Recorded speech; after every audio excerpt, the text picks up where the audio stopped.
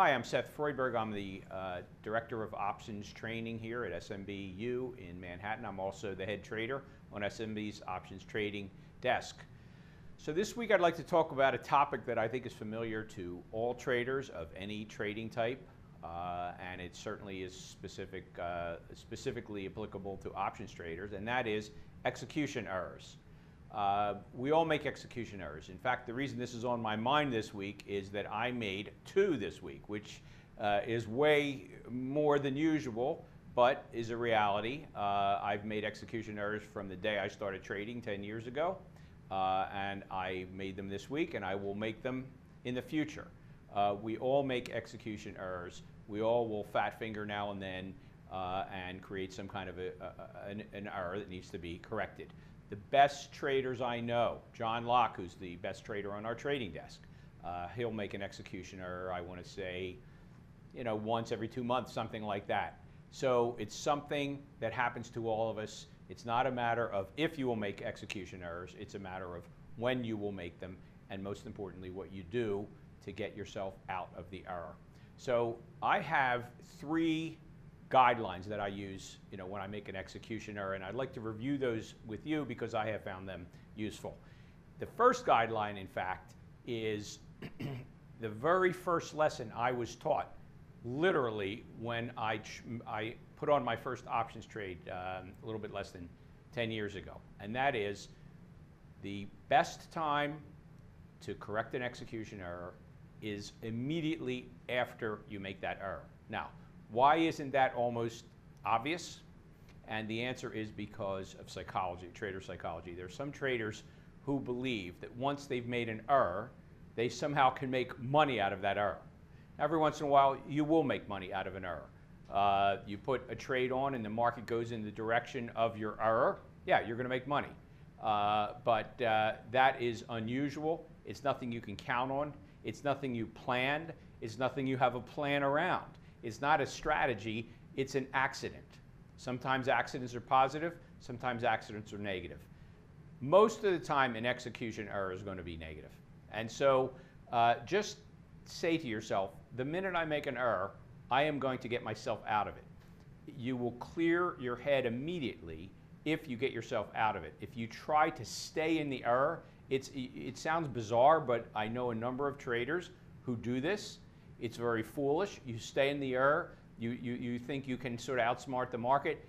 Trust me, 90% of the time the market is going to outsmart you. So immediately reverse the error. That's really, really important. The second thing is you've got to psychologically put that error behind you. The error I made this week, I was annoyed. And I had to immediately get out of that feeling of annoyance, because for one thing, and probably most importantly, I need that energy that I'm wasting on being annoyed to get myself out of the error, to finesse my way out of the error, basically reverse the transaction in an intelligent way. All right? If I'm beating myself up about the error, I'm spending time beating myself up as opposed to getting myself out of the error. That's the most important reason. The second thing is that if you are trading with a negative self-thought, boy, I'm an idiot for making that error, or whatever you may be thinking negatively about yourself, you will trade more poorly. Your mind, your actions will follow your self-image. So it's just like a quarterback. If he throws an interception, if he starts thinking, all I do is throw interceptions, then he will throw an interception next time he gets out on the field. But if he says to himself, I'm a terrific quarterback, I took a calculated gamble, I lost, the football got intercepted, I'm going to go out next time, I'm going to throw that same pass to that same guy, and I'm going to complete it.